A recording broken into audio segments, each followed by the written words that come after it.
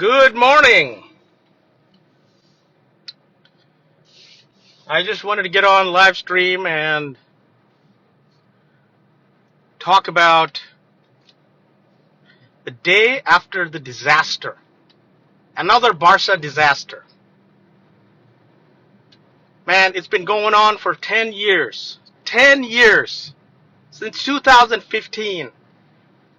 As a Barca fan, I've had to deal with the disaster at Roma.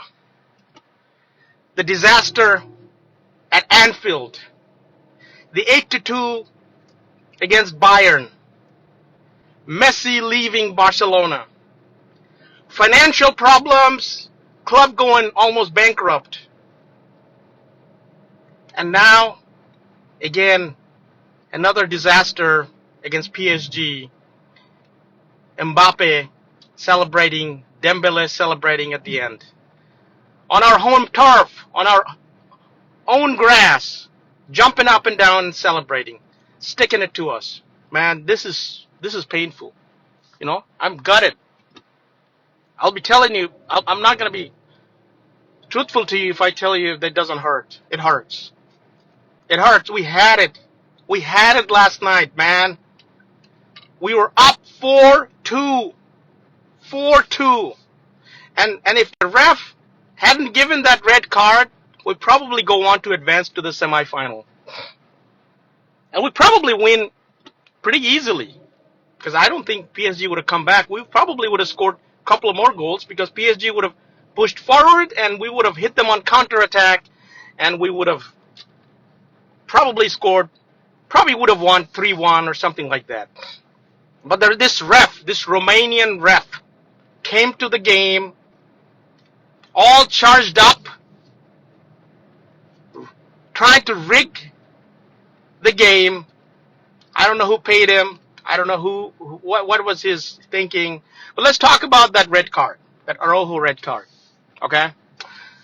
Now I can see many of you saying that it's a legitimate red card, and I can kind of see where you're coming from.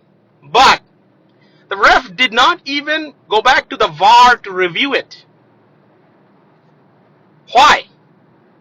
If you look at the replay, if you look at the video, Araujo barely even touched Barcolo on his shoulder, barely tapped him, and he took a dive. If the VAR took a look at that, maybe they would have changed their mind. It was a clear dive. There's been bigger fouls than that where red card wasn't given. Now that changed the entire game, and not only that, the ref then threw out Xavi, sent him off, and then our assistant coach sent him off as well. Now how the hell, in a Champions League quarterfinal as a ref, how do you do that? You know, as a ref, you're supposed to be calm and use good judgment. Your calls cannot alter the outcome of the game like that. Okay, you have to let the players decide the game. Instead, the referee decided that he was going to be the deciding factor for the outcome of the game. That's what I'm going to say. And that red card, by the way, to Araujo was really a red card for two players. Because think about it. Araujo gets out of the game, and then moments after that, Xavi decides he was going to take Lamine out of the game. So that red card sent off two players, if you really think about it. We lost Lamine, we lost Araujo, two of our best players from the pitch. And we were done. We were done. I could see what was going to happen. Now, I will tell you that I thought Xavi taking out Lamine was a big mistake. I would have taken out Lewandowski. Because Lewandowski can't run. He doesn't defend. He doesn't press. We needed legs, man. We needed legs. We had Rafinha and Lamine. If they were on the front, we could have hit them on counterattacks a couple of times with the speed they have. But no, Xavi decided to take out Lamine, who was probably our best player on the pitch, along with Rafinha. You know, and once Lamine came off the field, Araujo came off the field, we had no threat at all to scoring, and Araujo, I mean, he was the heart of our back line. Our defending went out of the window, and Xavi could not calm down the rest of the players. So I thought Xavi made a huge mistake by taking out Lamine. He should have kept him in there. He should have taken out Lewandowski, because Lewandowski he can't run. We needed some speed, some outlet on the front as PSG pressed forward, sent men forward into the box. We could have hit them on counterattack with Rafinha and Lamine on each side. And also, Rafinha and Lamine would have dropped back as well to defend on the wings, which is where we had the problems. On one side you had Barcolo, on the other side you had Dembele. Right? So I thought Xavi made a huge mistake by doing that. But hey, you know what? Hindsight is 2020. I can't really fault him too much on that. But 11 versus 11, we were on our way, and we probably would have advanced to the semifinal, and probably would have gone to the UCL final as well. So, but it is what it is. Now I want to talk about Frankie De Jong. Okay, he makes what, 25 million or something, highest paid player at Barcelona. Now, I know I'm going to make a lot of the Frankie De Jong fans angry by saying this, but guys, hear me out. Okay, just listen to me. If we sell him in the summer, we'll probably get 80 million, 70, 80, 90, 85 million. I don't think we can get 100 million for him, but let's say 80 million. For 80 million, we can probably sign a quality defensive midfielder. Quality. That is what we're lacking. If we had that yesterday, I doubt very much that PSG wins even with 10 men or against 10 men. Frankie, for all of his talent, for possessing the ball, he's not a good defender. Defending is optional for him, guys. And you saw that in that situation where Vitinha scored that goal. It was him who should have stepped up. It was off of a corner, and everybody focused on that right side, but really Vitinha's all wide open, and nobody stepped up. And it was Frankie who should have stepped up. He was the closest to him, and Frankie just doesn't do it. And yesterday, even if you look at the goal that or the red card right before that, Barcolo ran past him. Literally, Frankie is jogging and Barcolo ran past him. And Frankie didn't even put any resistance to stop him. And then he went into the box and the ball came. And that's how the red card happened. Go back and look at the video. You'll see what I'm talking about. As a defensive midfielder, you have to be a disruptor. You have to disrupt the opposition's attack. And he doesn't do that. That's not one of his talents. But he is very good with the ball. But at times, he hangs on to the ball for too long. It wasn't like that with him before. But this season, I've noticed that he has a tendency to hang on to the ball for too long. Rather than passing the ball, pushing the ball forward, he gets too many touches. Too many touches with the ball, and that kills the momentum. And then he gets into trouble and he passes the ball back. So that's on Frankie. Now, what's next? I hear that Rafa Marquez is going to be the next coach of Barcelona. I don't know what to say, what to think about it. Another inexperienced coach. I don't know if he has what it takes to be the coach at Barcelona. I wish, Laporta would hire like somebody more experienced, because I think experience does matter. As a coach, as a manager, you're not tested in good times, right? When situation is going out of hand, when situation is not calm, like last night, if you had a more experienced coach who can calm things down and settle things down, it would have been different, right? I think that's what was missing from Xavi. Instead of what happened, Xavi got mad and he kicked the Champions League banner and the referee threw him out. If it was Ancelotti or Pep Guardiola or somebody else, they wouldn't have done that. They would have calmed things down. right? At least that's my opinion. So I don't know Rafa Marquez. Again, everybody tries to think Rafa is going to be the next Pep Guardiola from Barca Athletic. He's going to get promoted. I mean, that's fantasy, man. That only happens once in a lifetime. That's we need to stop thinking about, oh, who's going to be the next Pep. What I need is a solid coach at Barcelona with experience in big games, who can calm things down, who can settle things down when things are not going right. And I don't know if Rafa Marquez is going to do that. I don't know if he has enough experience to be able to do that with big players in very difficult situations. I don't know if he has that. So I don't know why Laporta is looking at Rafa Marquez to be the next coach. Maybe I'm wrong. Maybe Rafa Marquez is going to turn out to be a really good coach, but that is yet to be seen. He's unproven. And I would rather try to go after Hansi Flick, see if he can, what he can give us. Give him a 2-year contract. I mean, he's a proven coach. He won the Champions League sextuple with Bayern. We know he can win. And we know he's going to bring toughness. Barcelona lacks toughness right now. When the going gets tough, we seem to melt. And it's been like, not just this year, it's been like this for the last 5-6 years. So, I don't know what's going to happen, but I am gutted. It hurts. How long are we going to keep getting punished like this every year? I don't know. But hey, I'm going to deal with it. We are Barcelona. We're a big boy. We're going to turn it around eventually. Next year, we go into our new renovated stadium. More money is coming in. We should be able to sign more players, but Laporta has to deliver. Our time is running out. It's been 3 years since he's become the president. We're still running into financial problems. He hired Xavi. Yes, we made slight progress, but we can't make slight progress, small progress like this. We need to move faster.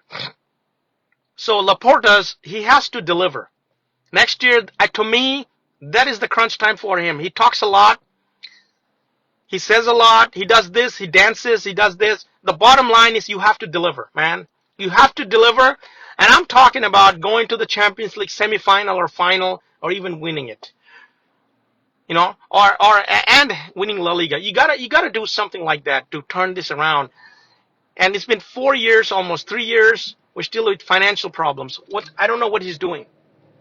Either he's not telling us the truth about what's happening in the club financially, or he's not doing a good job at all. So I don't know what's happening. And we do have the positive things. Let's talk about also the positives. We did discover some great new talent from La Masia, right? We do have a lot of good building blocks. This team isn't too far away, I'm telling you. We just need 1 or 2 more pieces.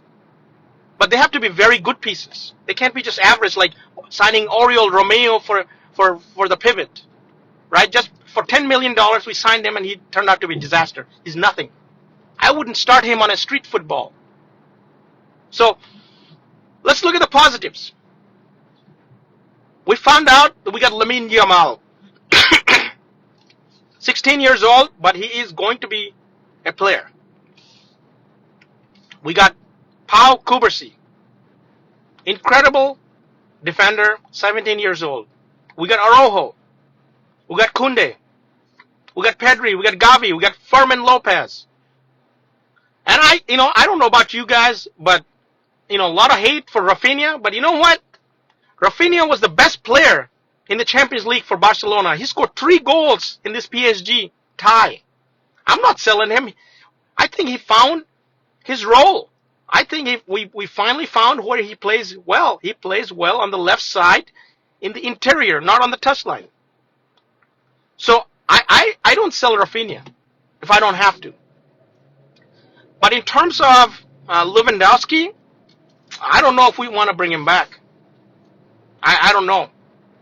In terms of Frankie de Jong, he's a great player with the ball, but without the ball, football is a two-way street. You have to be able to attack as well as defend.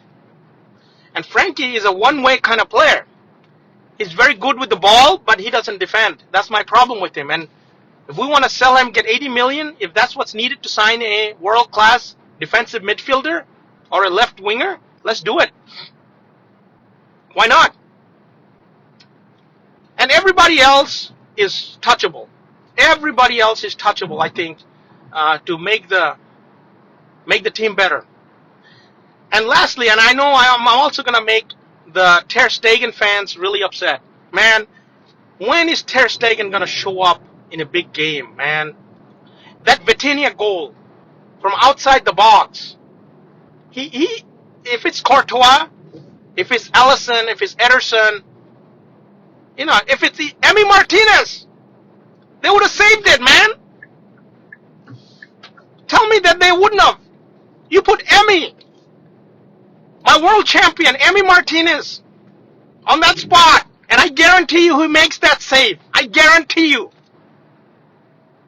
But Ter Stegen, for all the talent he has, all the saves he makes, when there comes a moment, a defining moment in a game, in a big game, in a Champions League, he never makes that save.